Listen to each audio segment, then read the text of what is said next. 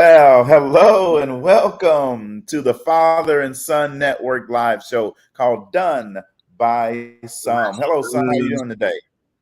I'm doing good. I'm doing good. How are you? I'm always doing great. Fathers and sons are having real conversations on this show. That's what this show is all about. Real fathers and real sons having real conversations that matter to make an impact on the world. Real conversations done by some. So, welcome to the show. My son and I are going to be having impactful and engaging conversations with other fathers and sons on the show. We're currently looking for fathers and sons to be guests on the show, and I promise you, we're going to get you invited to the show. If you would like to be a guest on the show, please drop us a note, send us an email, send us a message in the chat, or connect with us on Facebook, just Cedrick LaFleur or Patrick LaFleur, and let us know that you want to be invited. You want you and your son to be invited, or you want you and your father to be invited. If you know a father or a son who should be on the show, tag them, share this with them, let them know that they can be on Done by Some. So, Patrick, tonight, man, I'm excited about this topic. Unity in strength. And let me tell you what, this tonight, people gonna get some real stuff tonight, right? We're gonna have some really good conversation, and we're gonna share with you how unity and strength works right in your family and how it can make a big impact on everything that happens right in your family. So, unity and strength is really what we're going to be diving into tonight, or today, rather. I must be still asleep. So, a father had a family of sons, a couple sons, and they were perpetually quarreling amongst themselves. And when the father failed to heal their disputes by his continued expressions and exhortations, he was determined to give them a practical illustration of the evils of disunion. No unity in the family, everybody out for themselves. One day he told his sons to bring him a bundle of sticks. And when they brought him the sticks, he placed them in a bundle and he tied them up, and he put the sticks into the hands of each of his sons, and he ordered them to break them into pieces. So now his sons has a bundle of each son has a bundle of sticks in their hand tied together by string, and he told them to break them in pieces. They tried with all their strength, and they were not able to do it. Right? He next opened the bundle of sticks and he took the sticks out separately, one by one. And he again put them into his son's hand. And upon that time, he told them to break the sticks. And they easily were able to, boom, break each stick one by one. Now, he then addressed them. And here are the words that this father said to his sons who were operating independently. He says, "My sons, if you are of one mind and you unite to assist each other, you will be as strong as these bundle of sticks, uninjured by all attempts of your enemies. But if you are divided amongst yourselves and your individuals, you will be broken as easily as these individual sticks. Unity in strength is the message." What do you got to say about that, Pat? It's true. Teamwork make the dream work. And I mean, if you're not on the same page with the team, if you're not on the same page with yourself or with others around you, and you're working at the same project, then most likely it's going to be tough to get the job done. Yeah, I agree with you. So that's what we're going to be talking to you tonight. And so we're going to share 5 ways to create family unity. Let's get running, son. So 5 ways to create this. Number 1, communication rules the nation. Communicate as a family. So we want to use effective communication skills. That's very important. So it's like saying each member of the family should feel important and each member should feel valued. So this includes you. So in order for your family members to hear your needs, you have to express them. Express yourself, but be polite but be honest with your family during that discussion. So make sure you're expressing yourself. For example, your family usually has plans of watching or having a movie night together, and usually on, like, we'll just say a Wednesday, and you can't do it that night. Say that, bring it up and say, look, like something came up. I'm stressed out about this test I'm about to take tomorrow. Can we move it to another night? That's just communicating with your family, making sure everybody's on the same page. That'll help everybody out just to know, well, why is it Patrick here today? What happened to him? And then you're getting 100 phone calls. This happened before because you just don't show up. Yeah, that's happened before. So, and that's a great example, right, son? That happens from time to time. You may want to meet with the family, but something comes up out of the blue, or you just forgot that, hey, you're not going to be available, right? So communication is the key here. I love number 1. So now let me talk a little bit about number 2. Now this one is a big one. Number 2, listen intently. See, just as you want your family members to hear you, it's important that you hear their concerns. See, your family members are going to feel loved and they're going to feel unified with the family if their point of view is heard and respected. Let me say that again. Your family is going to feel loved and unified with the family if their point of view is heard and respected. See, you got to avoid talking over your family members, and instead you got to listen to what they are saying. Right now, that means what we call active listening. Give your full, undivided attention to that family member or to your family members when they are talking, such as putting away all the distractions, cell phones, computers, TV, all of those type things, and looking them in the eye. You know, Pat, I think a lot of times eye contact, especially in this generation, in this time, has really gone away. Everybody's always looking down at that phone and, yeah, I hear what you're saying, but they're looking at that phone. Yeah, I hear what you're saying. See, they're trying to multitask. And let me tell you what, folks, your brain cannot handle it. Multitasking doesn't really exist. It's either you're with one and you're ignoring the other, or you're ignoring one the other and you're with the other. You see, you can't. You can't. I said it a little crazy, but you can't do 2 things at one time. They get the point. Don't laugh at your father, son. All right. Hey, no, I heard a good example about this.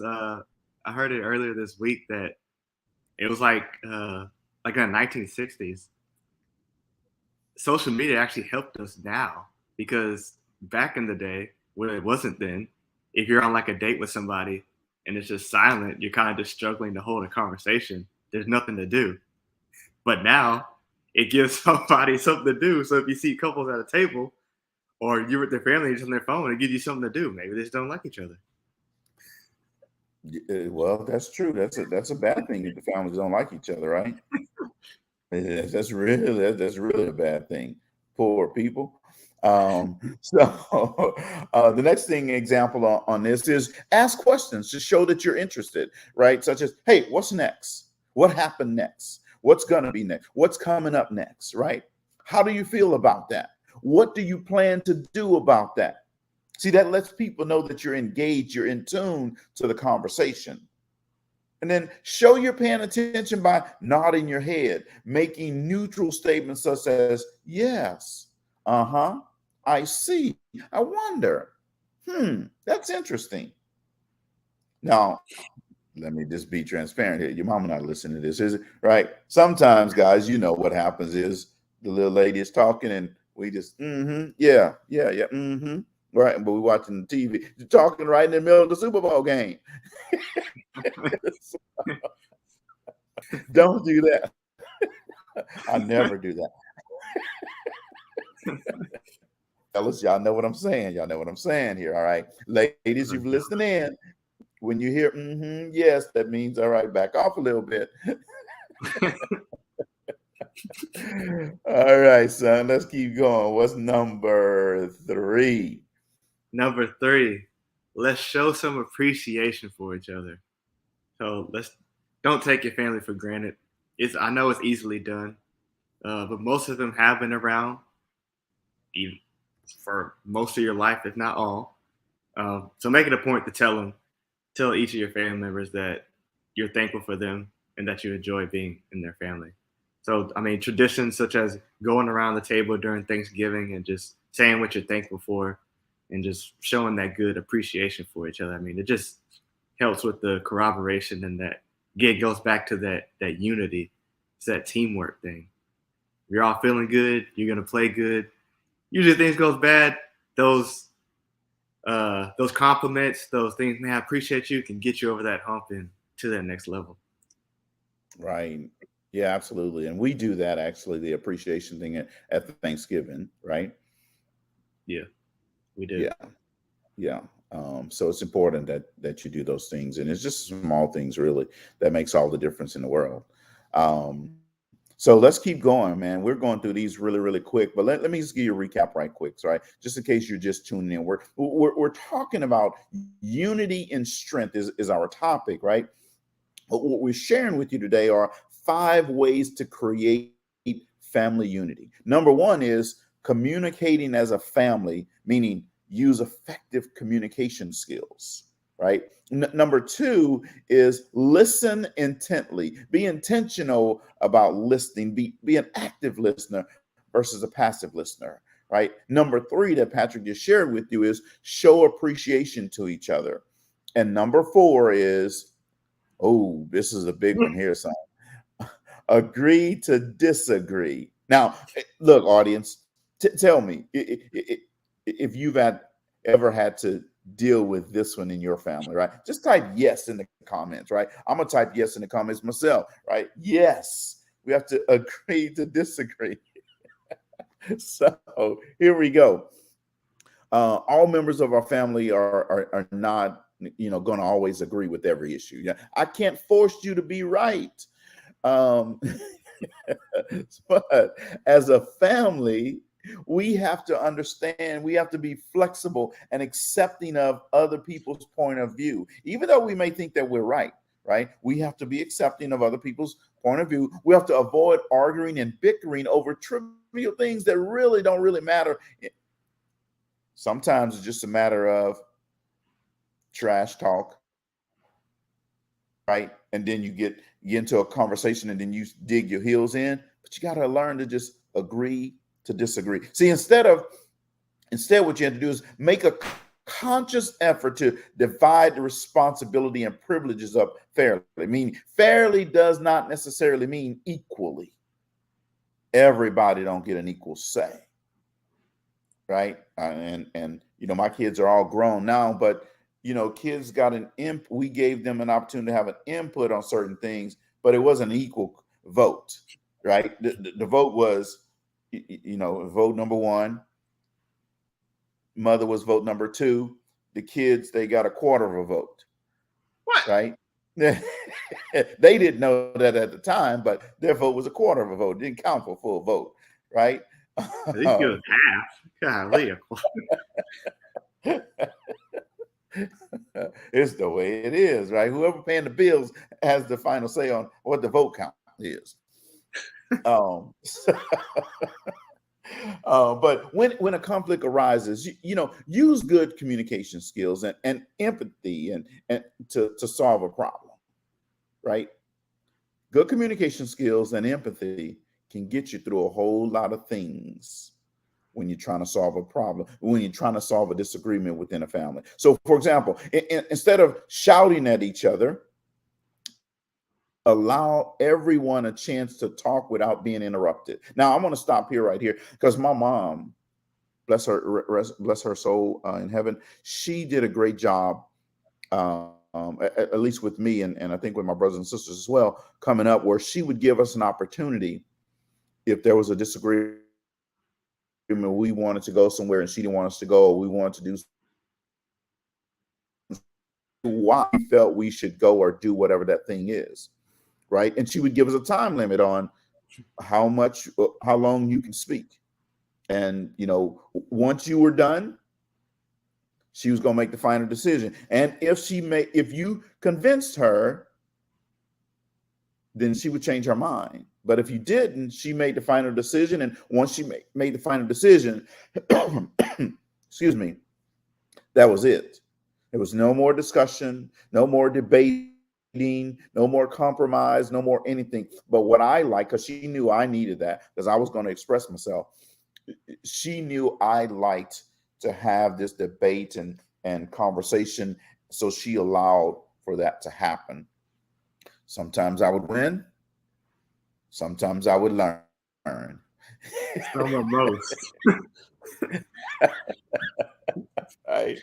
So, instead of shouting with each other, give everybody a chance to talk and without being interrupted. When each person is, while they're talking, though, you got to have the rest of the family just listen closely and try to understand what that person is saying. But that's so tough.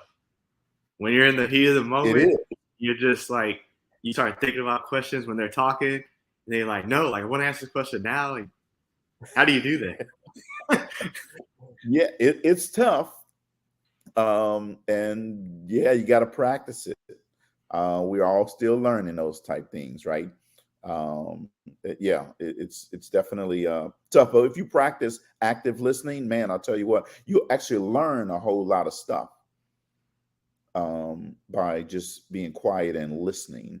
And sometimes that person will end up telling you what you need to say to overcome their objection. Just gotta listen. All right. Yeah. Everybody Gotta likes to listen. talk. Everybody likes to listen. Yeah. Yeah. Everybody loves that chin music.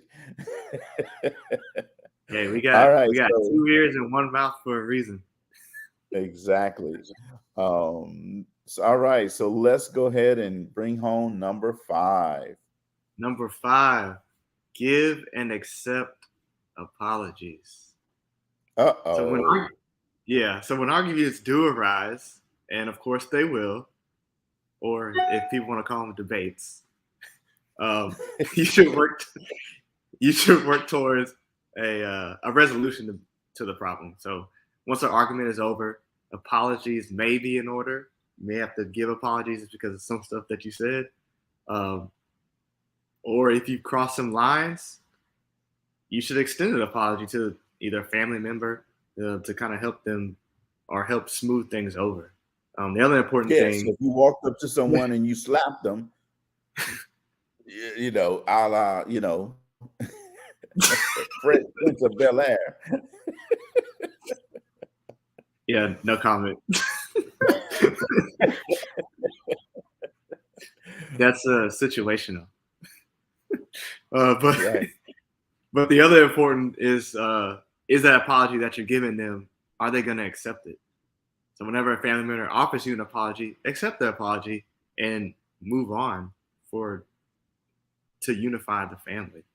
So accept the apology. Even if you don't mean it right then, just make sure you accept it for them. And later on, just like my dad used to always say, you'll get happy in the same clothes. Yeah.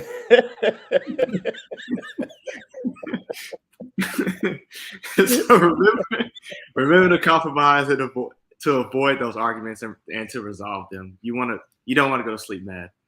Also remember that perfect unity will not exist all the time in any family. So just make sure you resolve those issues. There's always going to be some riffraff between one another, but the faster you can resolve them and get it out, get in front of it, the better off you're going to be. And I think all this really just comes down to, do you really know yourself, or do you really want to know yourself? Because most people, at least from what I've seen, don't know themselves. We talked about this earlier before. Like when you ask people what do they like, I mean, people don't really know.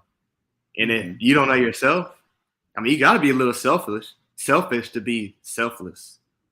So you got to be selfish for yourself and find out what you like, what you don't like, how you're going to react to certain situations. Because if you don't know, and when the situation come up, you're just going to go crazy. You're like, oh, I didn't even know I was going to do that.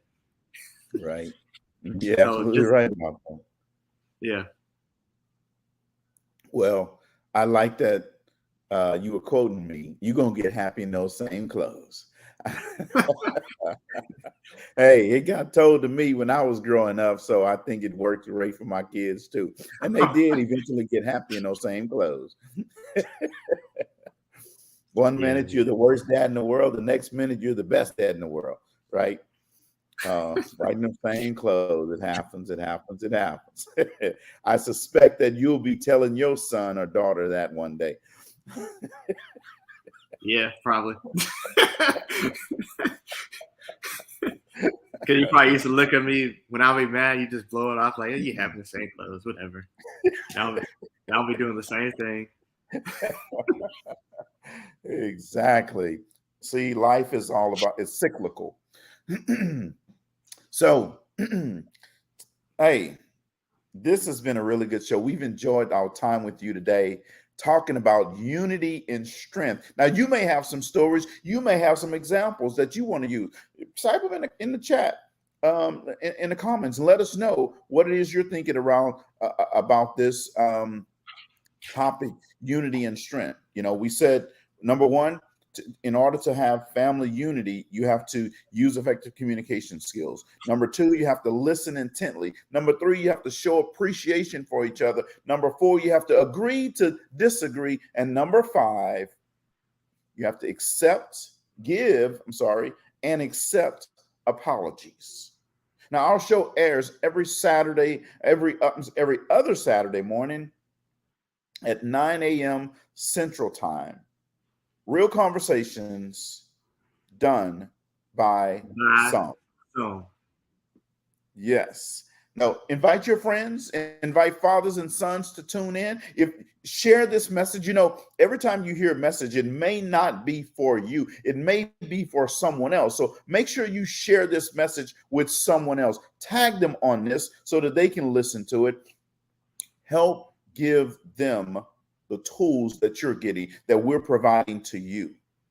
And I want to thank you very much for tuning in to Done by Some today. I want to ask you to tune in 2 Saturdays when we come back again. It's always going to be every other Saturday at 9 a.m. Central Time. So whatever you're looking at, whatever date you see that Saturday, no, we're not going to be the following Saturday. It's going to be the Saturday after that we'll be back on.